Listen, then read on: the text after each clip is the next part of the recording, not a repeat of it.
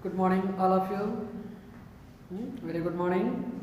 Okay, in last lecture, we can discuss about the cell division. We can discuss about the cell division. Last lecture आपण काय बघितलं? Cell division बघितलं. So what is the meaning of cell division? What is mean by generation time? What is mean by cell cycle? Okay, in that cell cycle we can discuss the phases of cell cycle. In cell cycle there are two phases. There are main two phases such as interphase and young phase. Okay, interphase and young phase. So interphase, it is nothing but the phase between the two cell division, successive cell division. दोन cell division च्या मधली जी phase आहे त्या मधल्या phase लाच आपण काय म्हटलेलं होतं तर interphase म्हटलेलं होतं. त्याच्यानंतर young phase म्हणजे काय? This is the actual phase in which cell get divide. म्हणजे actually जी cell divide होण्याची जी phase आहे त्या phase ला आपण काय म्हटलेलं होतं तर त्या ठिकाणी आपण त्याला काय म्हटलेलं होतं यम फेज असं म्हटलेलं होतं. ओके, आपण त्याचा इन डिटेल जो काय पाठ आहे यम फेज काय आहे त्याचा डिटेल काय आहे ते आपण नंतर बघणार आहोत. त्याच्या अगोदर आपण स्टार्ट केलेलं होतं in last lecture we can discuss about the interphase. So what is the meaning of that interphase? Interphase, it is nothing but the preparatory phase. It is nothing but the resting phase.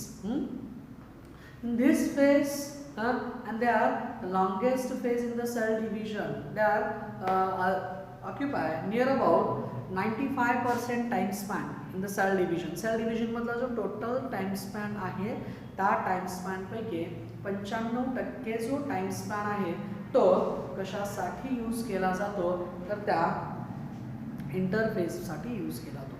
So this interface again classified into subdivided into three phases. Okay, this interface again divided into three phases. आता आपण काय बघत होतो interface बघत होतो.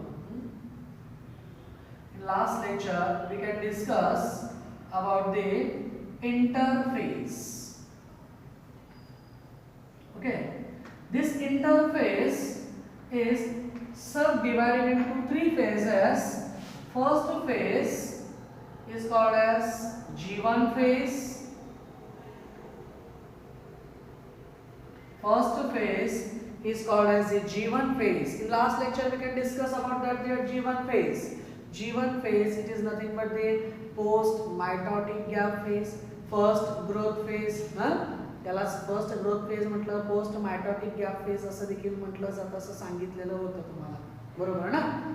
बरोबर, म्हणजे जीवन phase कशाला म्हणायचं. आता ऍक्च्युअली काय होतं या जीवन फेज मध्ये म्हणून सांगितलेलं होतं सिंथेसिस ऑफ एनर्जी, प्रोटीन, या सगळ्या गोष्टींचं जे काही सिंथेसिस काय काय होणार आहे. एनर्जी सिंथेसिस आहे, प्रोटीन्स आहेत, हाय मेटाबॉलिक ऍक्टिव्हिटी वाढते, ह्या सगळ्या गोष्टी आपण या जीवन फेज मध्ये बघितलेल्या होते.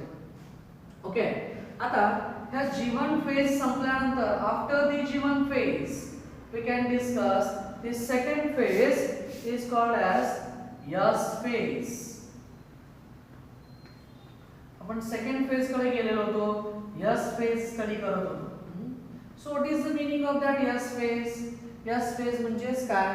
This yes phase it is also called as the synthesis phase. Yes phase म्हणजेच काय असणार आहे?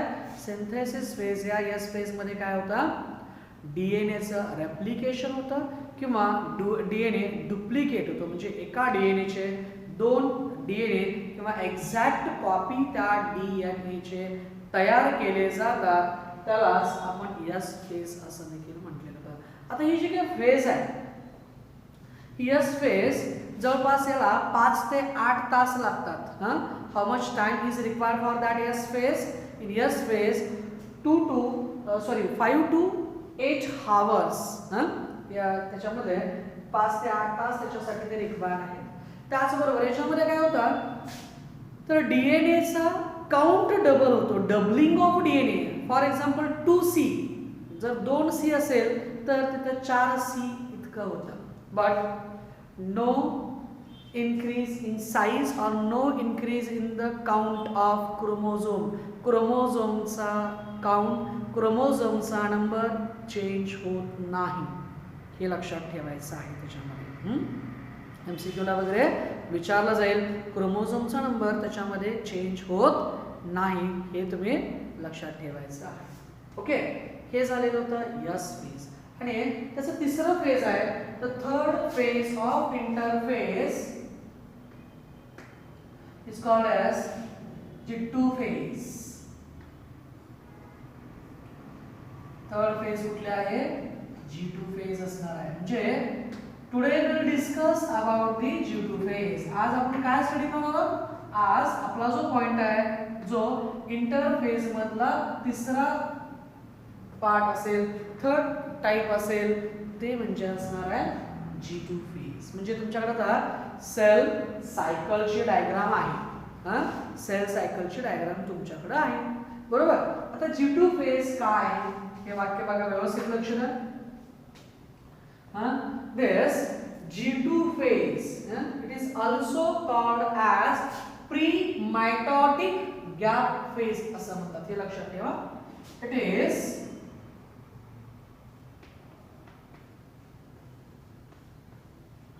also called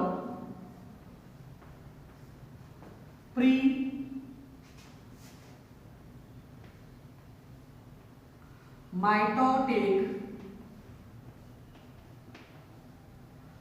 gap phase.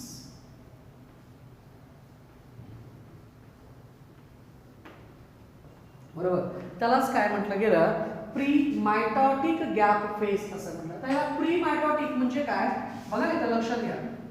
हे परत मी थोडंसं इथं रिवाइज करतोय. G1 phase is the post mitotic gap phase. G1 phase काय आहे? Post mitotic. आणि G2 काय? Pre mitotic. द पोस्ट आणि प्री या दोघांच्यात काय फरक आहे हे थोडंसं लक्षात घ्या.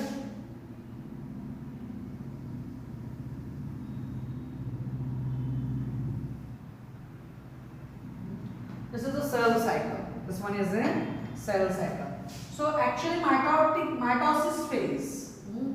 This is M phase. बरोबर, ही M phase आहे. M phase च्या नंतर आणि M phase च्या अगोदर, बरोबर.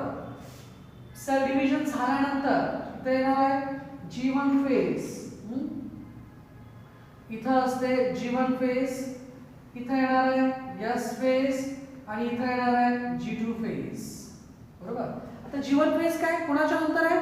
दिस G1 phase after the M phase, म्हणजे पोस्ट च्या नंतर, बरोबर. बिस्किट नव्हे, काय असणार आहे? M फेजच्या नंतर, मायटॉसिस फेजच्या नंतर येणारे फेज म्हणजे G1 phase. It is called as a post mitotic gap phase. तेच G2 फेज काय? तर मायटॉसिस फेजच्या अगोदरची फेज. अगोदर म्हणजे प्री, बरोबर ना. म्हणून त्याला काय म्हटलं? This is also called as pre mitotic growth phase किंवा गॅप फेज असं देखील म्हणतात त्याला. So this G2 phase it is also called as a pre mitotic gap phase असं देखील त्याला म्हटलं जातं. ओके, आता हे जे काही G2 फेज आहे, दिस G2 phase is interval between, कशाच्या मधला इंटरवल आहे? This is the interval between S phase and M phase. It is the interval between DNA synthesis phase and mitosis phase. दूसरा वाक्य बघा. It is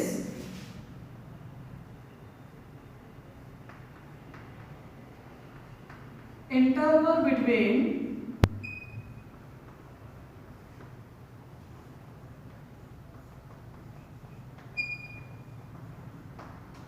DNA synthesis phase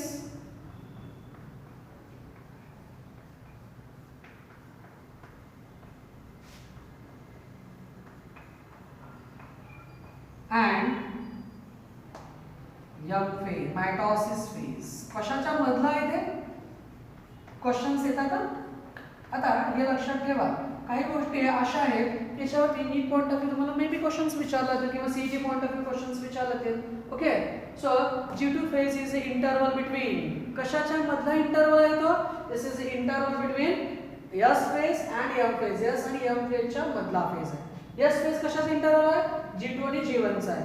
G1 कशाचा आहे? M आणि S मधला आहे. म्हणजे ह्या इंटरव्हल्स आपल्याला माहित असणं तितकंच गरजेच्या असतात, तितकंच गरजेच्या असतात. म्हणजे काय असणार? It is a interval between the DNA synthesis phase and DNA synthesis phase and mitosis phase. Mitosis आणि डीएनए सिंथेसिस ह्या दोन्ही फेजच्या मधले फेज म्हणून याला काय केलं जातं? ओळखलं जातं. हां, ओके. आता ह्या फेज मध्ये ऍक्च्युली काय केलं जातं? हां, मी परवा सांगितलं गोव्याला जायचं आहे, गोव्याला जायचं आहे प्रिपरेशन. हां, बघा ऍक्च्युअल प्रिपरेशन कधी होतं? शाळेत तुम्हाला सांगितलं महिन्या अगोदर की आपल्याला ह्या तारखेला महिन्यानंतर गोव्याला जायचं आहे. ऍक्च्युअली प्रिपरेशन तयार होतं की नाही फक्त डोक्यात असतं, पण त्याच्या खरोखर प्रिपरेशन कधी चालू होतं? आदल्या दिवशी.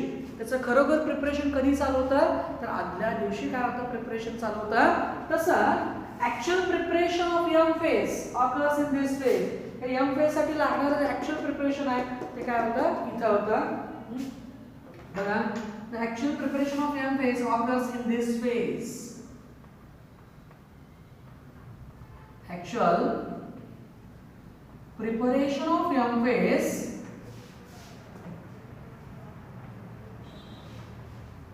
actual preparation of M phase occurs in that phase or occurs in this phase. Occurs in this phase. म्हणजे ह्या फेज मध्ये काय होतं? आपल्याला काय बघायला मिळतं? तर ह्या फेज मध्ये आपल्याला ऍक्च्युअली त्याचं जे प्रिपरेशन आहे, ह्या फेज मध्ये आपल्याला काय बघायला मिळतं? त्याचं जे ऍक्च्युअल प्रिपरेशन आहे ते प्रिपरेशन आपल्याला इथं बघायला मिळतं. ओके, लक्षात आलं का मिळतं? समजलं का? बघा, ठीक आहे. म्हणजे काय काय सांगितलं बघा, ही प्री मायटोटिक आहे, डीएनए सिंथेसिस आणि मायटोसिसच्या मधली फेज आहे आणि याच्यामध्ये ऍक्च्युअल प्रिपरेशन झालेलं आपल्याला दिसून येतं. ठीक आहे. आता बघा